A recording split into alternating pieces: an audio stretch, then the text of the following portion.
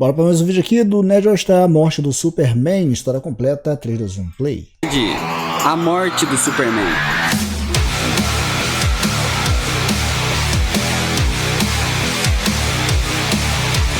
É uma história da DC, escrita e desenhada por muita gente, porque envolveu muitos títulos e o arco levou muito tempo para ser finalizado, mas o principal nome por trás disso aqui é o Dan Jurgens.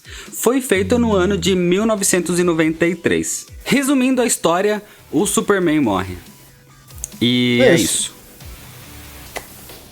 Acabou. É sério. Não tem como resumir, né? Tá no título, a morte do Superman, e tem ele morto na capa. Então, antes de ir pra história mesmo, se inscreve aqui no canal clicando no botãozinho vermelho de se inscrever, me segue no Instagram e no Facebook, tem o link aqui na descrição desse vídeo e já deixa o seu like. Tem na descrição também o link pro site da loja Pano de Vela, dá uma passadinha lá pra você conferir produtos exclusivos, camisetas, máscara de dormir, almofada. Pode confiar no site que é 100% seguro e agora com cupom de desconto do Nerd All Stars, na hora da compra digite Nerd All Stars. Tá, adianta aí.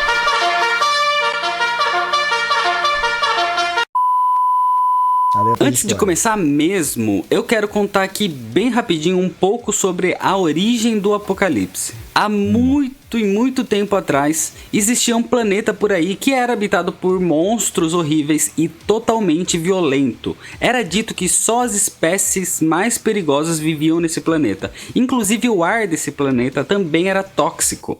E um grupo de cientistas viviam numa redoma nesse planeta e eles tentavam criar o Ser Supremo. Tinha um cientista ali chamado de Bertram, que ele teve a ideia de pegar um bebê e jogar ali pra fora da redoma, na vida selvagem.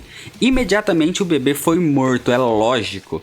O cientista, então, ele foi lá, pegou os restos do bebê e com o DNA ele fez um clone e jogou esse clone desse bebê pra fora da redoma de novo, matando o bebê outra vez. E ele foi fazendo isso por décadas. Ele clonava o bebê e jogava fora. Ele pegava o resto e clonava de novo. Ia ficando um ciclo sem fim. Mas com o tempo, a cada clonagem, o DNA do bebê ele começou a criar um tipo de memória, digamos assim. E ele ia aos poucos se adaptando. Então com o tempo ele se tornou imune ao ar tóxico do planeta.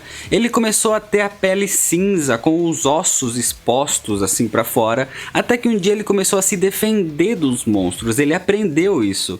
Ele matava os pequenininhos primeiro, até que ele chegou num certo momento e ele aprendeu tanto que ele matou todos os monstros do planeta. Ele aprendeu a viver naquele lugar hostil. E como ele foi aprendendo a ser poderoso, ele se voltou contra o cientista, destruiu a redoma e matou todo mundo ali. Ele basicamente sozinho destruiu toda a vida do planeta. Como ele tinha um pouco das memórias no DNA dele, esse ser, ele conhecia toda a dor e o horror que foi morrer milhões de vezes. Então, basicamente, ele só conhecia ódio e raiva, até que em um certo momento ele conseguiu fugir desse planeta. Esse planeta aí que ele foi criado muito tempo depois, quando o ar tóxico acabou e conseguiu ter vida inteligente ali, o planeta foi batizado de Krypton. É, o mesmo planeta que anos depois seria o planeta natal do Superman. Esse ser é o que a gente conhece hoje como Apocalipse. E quando ele fugiu, ele encontrou uma outra raça pelo universo, onde ele teve um combate e ele acabou sendo derrotado. E essa raça, mesmo depois de ter matado esse ser, eles amarraram ele com tecnologia alienígena e enviaram para o espaço. Ele caiu em outro planeta que na época ainda estava em desenvolvimento e é um planeta chamado Terra. E por muitos anos ali ele ficou enterrado no solo do nosso planeta, do planeta Terra. O problema é que esse ser, ele aprendeu a ressuscitar também, depois de tantas experiências de morte. E assim começa a história. Com os socos dessa criatura tentando fugir da prisão que ele tá e tentando escapar do solo que ele estava preso. Enquanto isso, em Metrópolis, a Lois Lane ela recebe uma notificação sobre alguns seres estranhos nos esgotos, que na verdade são experimentos que deram errado de um projeto do governo chamado Cadmus. O Superman vai lá também também para investigar e acaba salvando a Lois. Mas durante todo esse tempo que o Superman acabou se distraindo com isso, a criatura que saiu da prisão no solo da Terra, ela tá percorrendo as cidades, destruindo tudo. Por isso, a Liga da Justiça é chamada para tentar conter essa criatura. A Liga é formada nessa época pelo Besouro Azul, pelo Gladiador Dourado, pelo Guy Gardner, o Bloodwing, a Máxima, a Gelo e a Fogo. Eles não sabem quem é ou o que é essa criatura, e eles começam a tentar encontrar quem tá deixando esse rastro de devastação. A criatura acaba destruindo a nave deles enquanto eles estão fazendo essa busca, e os heróis vão lá então para enfrentar esse ser. A criatura tá toda envolta por um tipo de uma roupa especial com uns cabos que deixam ele preso. Então ele tá com um braço preso atrás das costas, e com um braço só livre, ele começa a massacrar, derrotar e humilhar um a um. Ele destroça o Guy Gardner e ele quase mata o Besouro Azul, que fica gravemente ferido e acaba sendo levado para um hospital antes que ele morra. Todos os outros da Liga acabam sendo muito facilmente derrotados. Enquanto isso, o Superman ele estava dando uma entrevista para a TV e ele fica sabendo desse incidente. Ele não consegue imaginar um ser que fizesse isso sozinho, tipo derrotar toda a Liga da Justiça. Então ele vai lá para averiguar o que está acontecendo. Quando ele chega, ele encontra o Gladiador Dourado, que explica toda a situação e fala que essa criatura não é algo normal. Ela parece ser uma força da natureza, uma força de destruição, e talvez seria o próprio fim dos tempos, o Apocalipse. A partir daí, a criatura é batizada e fica conhecida como Apocalipse. Quando o Apocalipse vê o Superman, ele sente o cheiro de Krypton, o que ativa mais ainda o ódio e a raiva dentro dele. E a batalha começa ali. Nessa hora, o Superman acaba sendo arremessado numa casa que fica destruída e quase mata os moradores. A Gelo também fica gravemente ferida nesse ataque. Os membros da Liga que estão ali de pé ainda, eles juntam as forças num ataque que acaba se mostrando inútil. Na verdade, esse ataque só serviu para destruir a prisão que o Apocalipse estava. E agora, ele tem os dois braços livres para praticamente derrotar toda a Liga com apenas um ataque. Depois dessa destruição, o Apocalipse ele tenta sair dali, mas o Superman vai na cola dele e a briga dos dois se estende. Mas ele se distrai com a família que ficou nos escombros daquela casa e ele volta para tentar ajudar. Enquanto isso, o Apocalipse agora ficou solto para continuar com a destruição desenfreada dele. Em Metrópolis, a Supergirl tá junto com o Lex Luthor II e ele diz que não é pra ela ir ajudar, é pra ela ficar ali em Metrópolis com ele. Vamos dar uma pausinha aqui.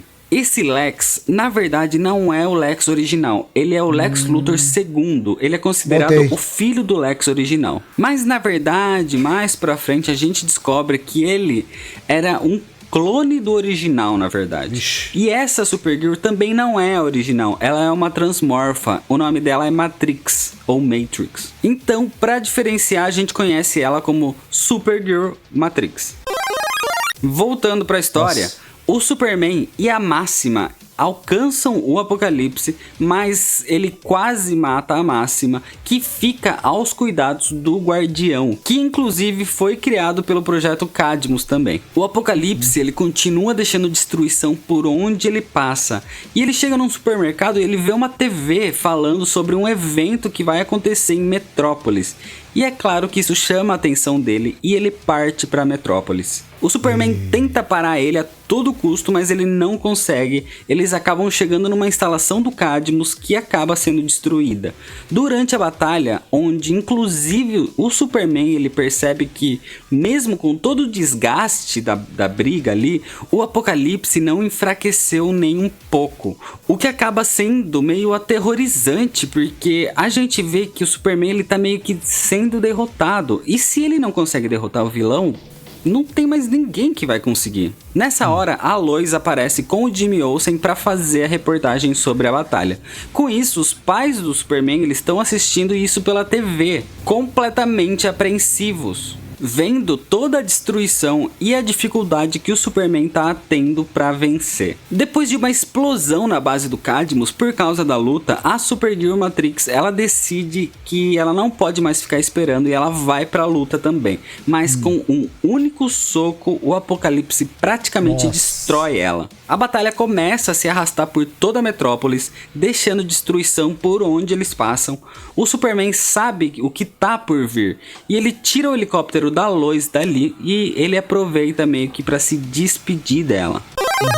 Então ele parte para a batalha e começa a luta final épica.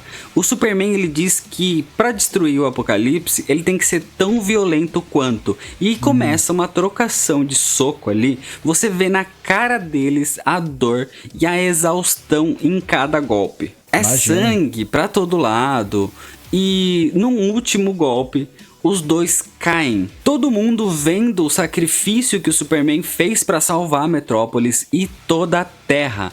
Ele ainda tem forças para perguntar se o Apocalipse realmente parou. E nos braços da Lois Lane, ela confirma que sim, que o Apocalipse morreu. E com isso, ele fica aliviado e o Superman também morre. Ali mesmo, nos braços da Lois Lane. E é assim que acaba a saga da morte do Superman. Só que nesse encadernado aqui, tem mais algumas histórias e eu vou continuar contando para vocês.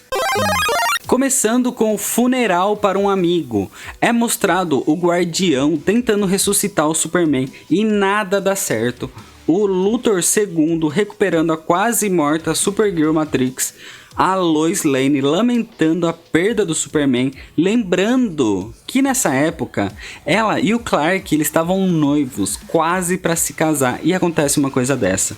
Ela tem que falar que o Clark ele desapareceu nos escombros durante a destruição da cidade e acabam dando ele como morto também. Mostra a dor dos pais dele. Essa é uma das partes mais tristes. Toda a cidade, todo mundo, na verdade, está se lamentando pela morte do maior símbolo do heroísmo que já existiu. O corpo do Apocalipse é levado pelo Cadmus e é feito o funeral para o Superman, com praticamente todos os heróis da Terra presentes ali para prestar suas últimas homenagens. E eles levam o corpo dele para o mausoléu do Superman. Até o presidente dos Estados Unidos está nesse funeral. E enquanto isso, a Martha e o Jonathan Kent, eles fazem um funeral simples para a memória do filho deles, do Clark. Acho que a maior dor da perda do Superman foi nos pais dele. É uma das cenas mais tristes. Puta que pariu. Só que nessa hora a gente tem um probleminha por causa de alguns cortes que eu vou acabar explicando depois. Só que aqui deveria ter sido mostrado o corpo do Superman sendo roubado pelo Cadmus. Tanto que nessa cena mostra o Jonathan Kent segurando um jornal escrito à manchete que o corpo do Superman foi roubado. E é por causa disso que ele tem um ataque cardíaco. O Jonathan Kent é levado para o hospital onde ele tem alguns sonhos com o Superman, mas ele acaba se recuperando. Essa parte é fantástica. Onde ele acorda e ele fala que ele trouxe o Clark de volta. Nessa hora, a Lois Lane ela encontra o caixão do Superman vazio, sem o corpo. E todo mundo fica chocado quando 4 homens começam a agir como o Superman, inclusive com poderes parecidos. Os 4 são o Aço, que é um cara usando uma armadura de resistência que foi criado por ele mesmo. O seu nome é John Henry Irons e ele se autodenomina de Aço. Ele é o único que ele não fala que ele é o Superman, mas sim ele fez isso para honrar o herói. Ele antes criava armas pro exército e depois de ser salvo pelo Superman uma vez, ele agora quer pagar esse débito tentando fazer o que ele fazia, salvando as pessoas. O segundo é o Último Filho de Krypton. É um Superman violento, ele é emocionalmente instável, ele é uma força vital que reencarnou e ele diz ser o reencarnado Superman, sendo que no futuro a gente descobre que ele é outra coisa. Ele usou a sua energia espectral e formou um corpo com a imagem do Superman e algumas memórias kryptonianas. Tem o Superboy, que é um adolescente que seria supostamente um clone do Superman. Ele foi feito pelo Cadmus e conseguiu escapar dessas instalações. É um moleque bem responsável e totalmente se achando. E o último, o Super Cyborg, ele acredita ser realmente o Superman. Inclusive ele tinha o DNA exato com o do Superman original. E as peças de metal são 100% kryptonianas. Inclusive, foi ele quem pegou o corpo do Apocalipse e mandou para fora da Terra, deixando ele vagar pelo espaço. E com a apresentação desses 4 misteriosos Superman, é desse jeito que começa a fase Reino de Superman, onde mostra essas 4 pessoas com poderes parecidos com o do Superman, mas cada um com a sua personalidade bem diferente. E é desse jeito que acaba o volume 1 dessa história. O volume 2, ele mostra basicamente o retorno do Superman. A morte já foi. Se vocês quiserem a parte 2, deixem nos comentários aqui embaixo, que quem sabe um dia eu faço aqui também.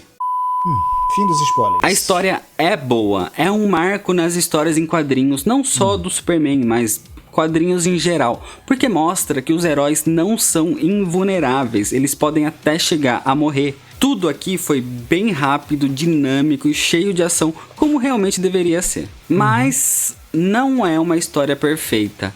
Não entra no meu top 10, por exemplo. Isso na minha opinião. Mas a importância disso daqui não tem como negar. A arte também é muito boa. Nos capítulos que a morte vai se aproximando, mostra os painéis aumentando, como se fosse uma contagem regressiva para a morte mesmo. As primeiras páginas começam mostrando 4 quadrinhos por página, depois 3, 2, até onde cada página é um quadro. Praticamente cada página é uma capa. É muito bonito de ver. É uma história empolgante e depois da morte é algo bem sentimental e triste, pensando pelo ponto de vista das outras pessoas, dos pais dele e da Lois. O Apocalipse surgiu aqui nessa história e ele era um vilão muito assustador, que dava medo no próprio Superman depois do retorno. Inclusive, ele tinha pesadelos com ele. E pra quem for ler essa história aqui pela primeira vez, vai acabar te dando medo também, porque aparenta que ele pode vencer o Superman. Tipo, e aí? Como vai ficar o mundo depois? Essa história fez um enorme sucesso. As HQs do Superman ganharam exposição internacional, alcançaram o topo de vendas e inclusive foi mostrado pela mídia mundial em jornais e em TV. Muitos críticos diziam que era só uma jogada de marketing para vender mais, que como que eles poderiam fazer isso com um símbolo como o Superman, matar ele é algo que não poderia acontecer. Mas a DC, ela uma vez respondeu isso, perguntando para um jornalista: faz quanto tempo que você não compra nenhuma revista do Superman? Ele respondeu que fazia muito tempo. Então, foi você quem matou o Superman.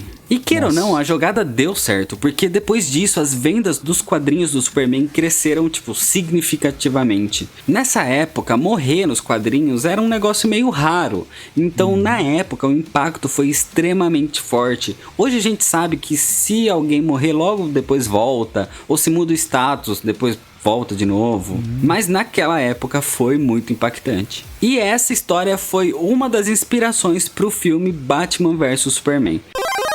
O problema dessa edição aqui da Panini é o seguinte: tem todo o arco da morte do Superman, beleza. Mas depois disso, quando vem o arco funeral para um amigo e o arco além da morte, veio tudo cortado, tudo picotado, com volume faltando, com página, quadro cortado. Mas o que tinha nessas coisas? Mostrava melhor como foi o funeral, o aprofundamento da história do Lex Luthor II com a Supergirl Matrix e ela tentando ser a nova salvadora de Metrópolis no lugar do Superman. Mostrava também os sentimentos dos vilões e dos heróis pela morte do Superman, o que o Batman e os outros heróis fizeram nessa época, como eles viam o mundo sem o maior dos heróis.